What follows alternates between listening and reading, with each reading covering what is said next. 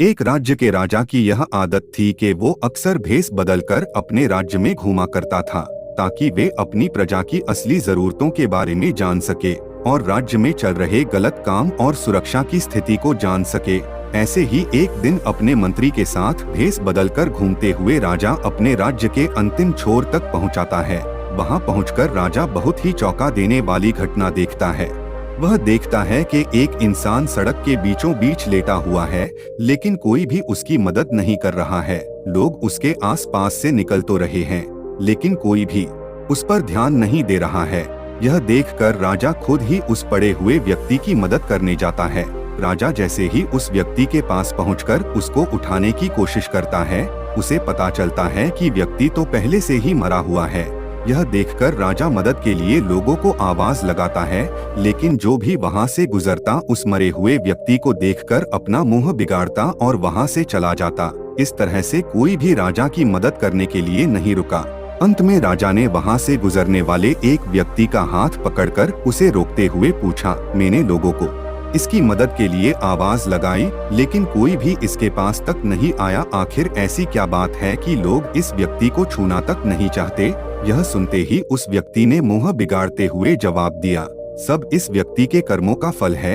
ये हमारे नगर का सबसे बड़ा पापी है। इसने अपने पूरे जीवन काल में सिर्फ बुरे कर्म ही किए हैं। यह कहता हुआ वह व्यक्ति भी वहां से चला गया।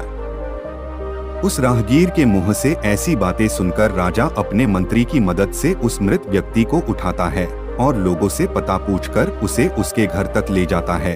अपने मृत पति को देखकर उसकी पत्नी जोर जोर से रोने लगती है।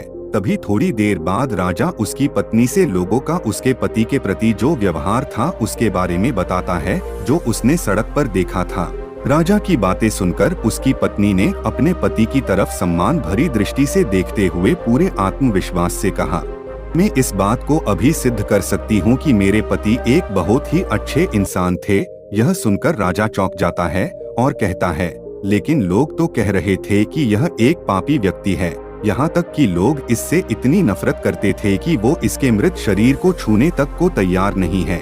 यह सुन उसकी पत्नी ने राजा से कहा, आप सही कह रहे हैं और मुझे भी लोगों से यही उम्मीद है, क्योंकि लोगों ने हमेशा ही मेरे पति को गलत जगहों पर जाते हुए देखा है।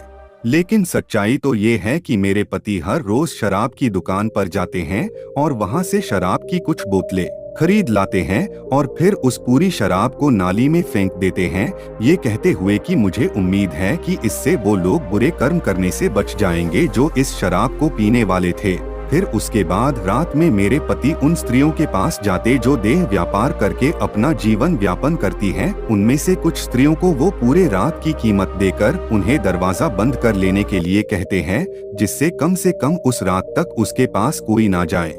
उसके बाद वो घर वापस आते और भगवान का धन्यवाद अदा करते कि उनकी कृपा से आज कुछ औरतों पर हो रहे अत्याचार को कम कर सके और कुछ जवान लड़कों को गलत कर्म करने से रोक सके। तो लोग अक्सर मेरे पति को वहां जाते हुए देखते थे और समझते थे कि मेरे पति शराबी और खराब नियत के हैं।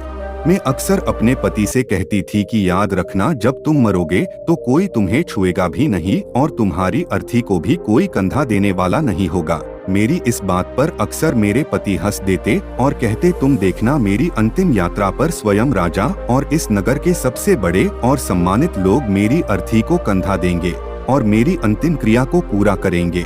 उसकी पत्नी के मुंह से ऐसी बातें सुनकर राजा के आंखों में आंसू आ गए और उसने कहा, मैं ही इस राज्य का राजा हूँ और कल सुबह में और मेरे मंत्री इसकी आखिरी यात्रा पर इसकी अर्थी को कंधा देंगे और इसका अंतिम संस्कार करेंगे। हम भी अक्सर यही सोचते हैं कि लोग क्या कहेंगे और अपनी इस सोच की वजह से हम कभी भी वो नहीं कर पाते जो हम करना चाहते हैं, जिसे करने से सच में हमें खुशी मिलती है। तो इस कहानी से हमें यही सीख मिलती है कि लोग क्या कहेंगे, इस बात की परवाह किए बिना हमें वो करना चाहिए जो करना सही है, जिसे करने से हम सच में खुश रह सकते हैं। क्योंकि जब हमारे अच्छे कर्मों को कोई नहीं देख रहा होता है, तब सिर्फ भगवान देख रहा होता है।